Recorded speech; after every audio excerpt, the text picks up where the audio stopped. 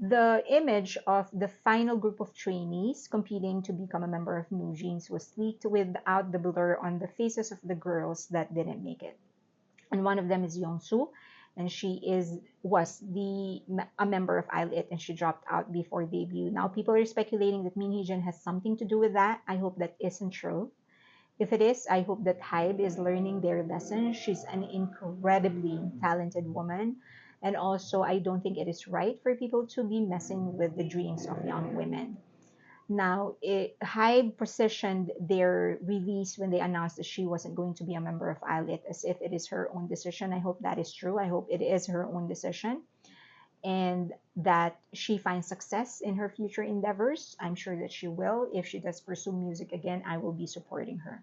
Okay, we are going to be talking about several things, one of which is the apparent hiring of a PR company to do black propaganda against BTS.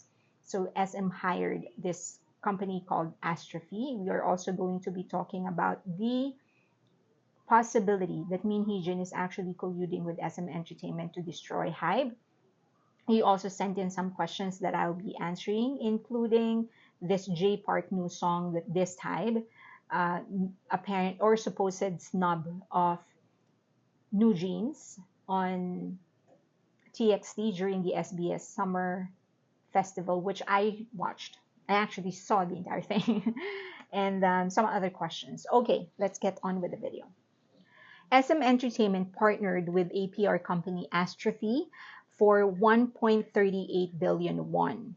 Astrophy is, as I've said, a PR company, but they do things a little different. Usually, a PR company would go top to bottom, meaning they would tap journalists, media companies, and even conduct their own activities or release statements that would convince the public to believe whatever it is that they want the public to believe or buy whatever it is that they want the public to buy. Astrophy is a little different. They actually paint the public opinion to look favorable to their own message. This is based on the fact, this is not a speculation, but the fact that a lot of people would actually trust the word of their friends or people that are close to them over the words of celebrities or companies. So if, for example, we're friends and you trust me, you respect me, if I tell you item A is bad, you are more likely to believe me than believe a celebrity that's saying item A, the same item, is good. So what they do is that they go into public forums, they comment on articles, on YouTube videos or other types of videos, and they would post comments that would be consistent to the message that they are trying to deliver. Now, if you have been in public forums, you would know that it actually takes time to, although it is open to the public, it takes time to build your reputation as a part of that forum community. So what these companies do is actually create hundreds of thousands of accounts, and they would take care of that account. So every other day, or maybe once a week, or twice a week, or thrice, whatever, they would leave comments into different forums, post polls, ask questions, or participate in discussions. The goal is to establish the credibility of that account, so that when they have a client and they are ready to deliver a message, they can utilize all of the accounts that they created and post something. Because they already have their reputation, then it would be easier to get people to read their comment. It's going to go on top. People are going to respond. People are going to believe them more likely because they have the reputation. That's how they do it. Now, SM Entertainment has already reacted and released a statement regarding this. They are saying that Astrophy is actually taking care of their banner ads or digital ads, not any kind of black propaganda versus HYBE. But 10 Asia, the publication, actually said that in their investigations, that is not true. They actually spent more time creating black propaganda against HYBE more than hyping up the future plans of SM Entertainment. Now, the question is, how do they do that? SM Entertainment gave Astrophy specific talking points. That number one, that HYBE disbands groups or companies that they buy. So they stated G-Friend, Newest, and Christine.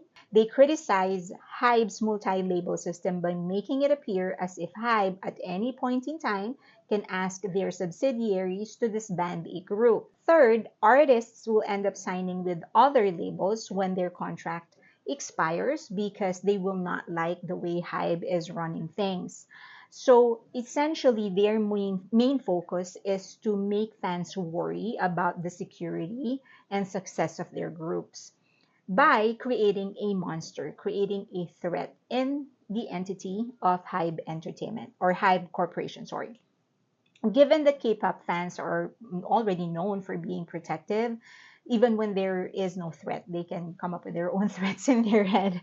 Then when you actually present to them a concrete and tangible monster, then the emotion actually runs higher and reason goes out the window, because the truth is that there's a lot of things that they said actually do not make sense. Number one, Christine officially disbanded May of 2019 and HYBE bought Pledis May of 2020. So 1 year.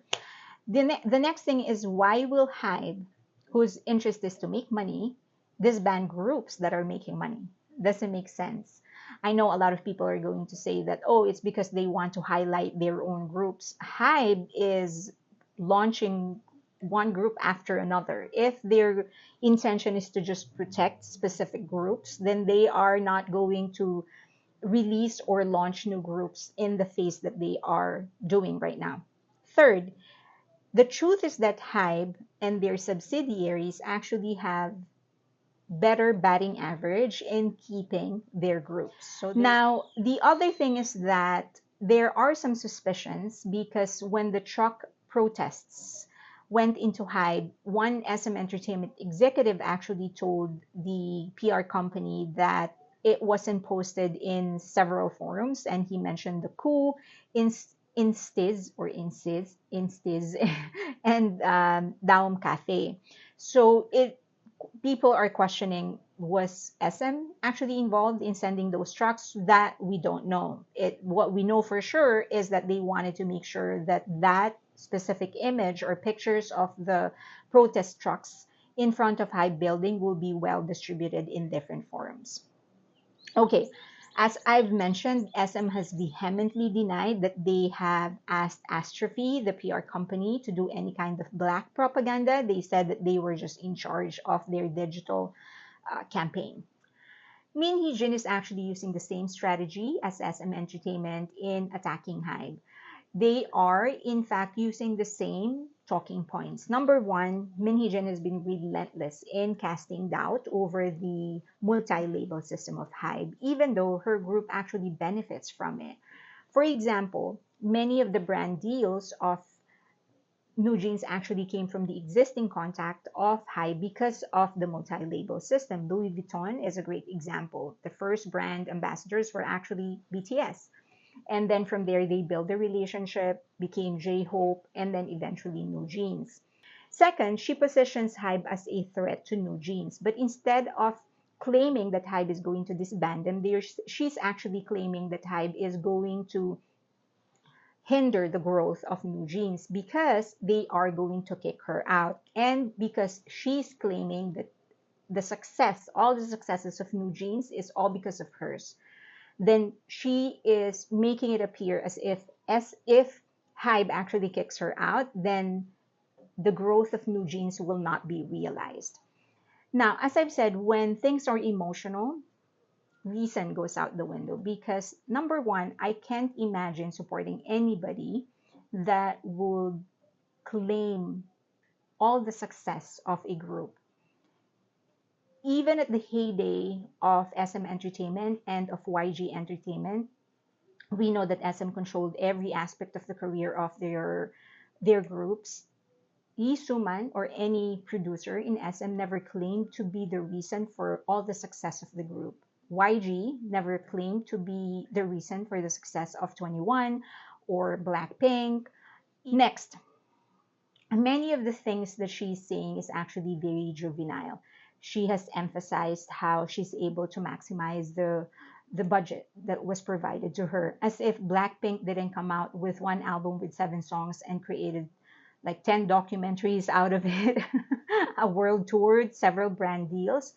That is maximizing budget. That is how you maximize budget, not by telling people that you were able to shoot a music video just by focusing on their faces. That is very, very juvenile.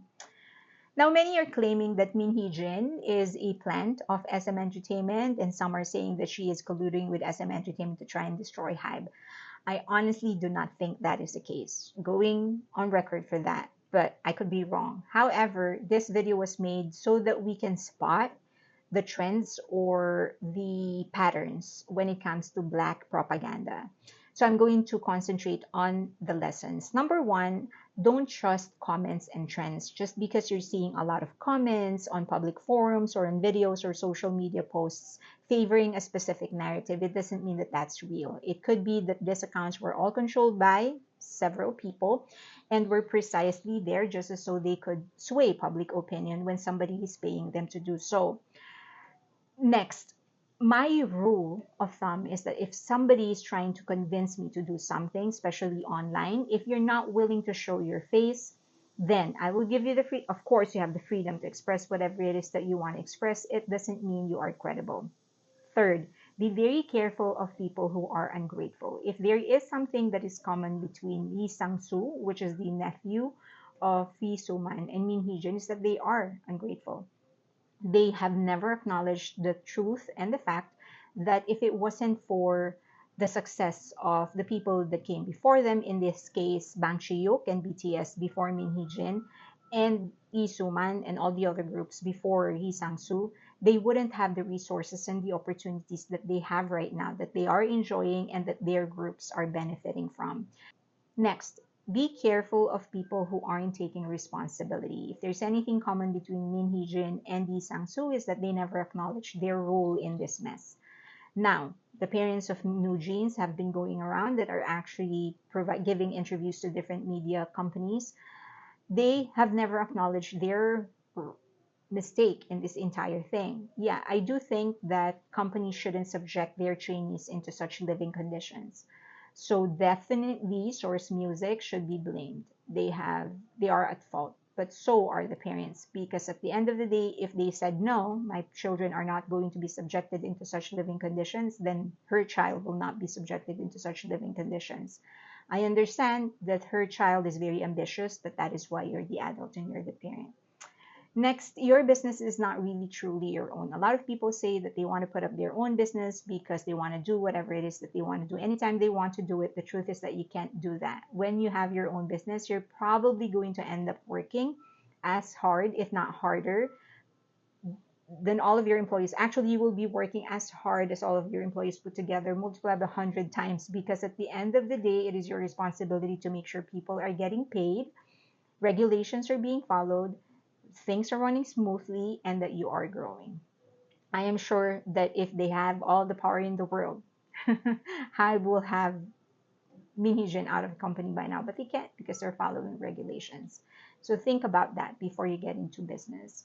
All right, thank you so much for all of your questions. I will be answering more in Patreon. I'm going to be talking about Jay Park's new song, who apparently or supposedly dissed HYBE. I am going to talk about the supposed snub between New Jeans and TXT. I actually watched the summer festival of SBS in Kigayo. I will also be talking about the shaman that is now missing. So follow me on Patreon. There is a free membership if you want. Also, please subscribe, like, and hit the notification button in this video and share it, because that's really helping my channel. And also, please follow me on X or on Twitter and on Instagram. I appreciate you all. I am still in South Korea. I'm going to be sharing a lot of my trips with you. Thank you.